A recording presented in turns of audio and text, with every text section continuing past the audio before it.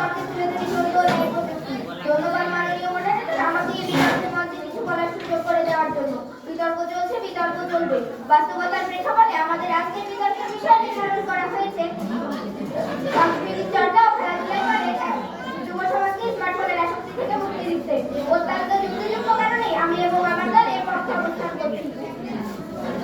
আমি পক্ষদানের দ্বিতীয় বক্তা হিসেবে কিছু গুরুত্বপূর্ণ বক্তব্য তুলে ধরছি। মাননীয় মডারেটর আপনি লক্ষ্য করলেই দেখা যাবে বর্তমানে স্মার্টফোন অতিরিক্ত ব্যবহারের ফলে মানুষের একাধিক শারীরিক ও মানসিক সমস্যার সৃষ্টি হয়, যেমন চোখে কম দেখা, মাইগ্রেনের সমস্যা ইত্যাদি, যা তাদের পড়ালেখার উপর চাপ ফেলে। মাননীয় মডারেটর আমাকে মনে রাখতে হবে আজকের শিশু আগামীর ভবিষ্যৎ। অতিরিক্ত স্মার্টফোন ব্যবহার না করে আমরা সাংস্কৃতিক চর্চা ও খেলাধুলার মাধ্যমে স্মার্টফোনের আসক্তি থেকে মুক্তি পেতে পারি। মাননীয় মডারেটর সাংস্কৃতিক চর্চা ও খেলাধুলা আমাদের শারীরিক ও মানসিক বিকাশে সাহায্য করে। খেলাধুলা ও শারীরিক চর্চা একটি ভালো পরিচর্যা, যার মাধ্যমে শরীর ও মন দুটোই ভালো থাকে। কথাই আছে স্বাস্থ্য ও সকল সুখের মূল।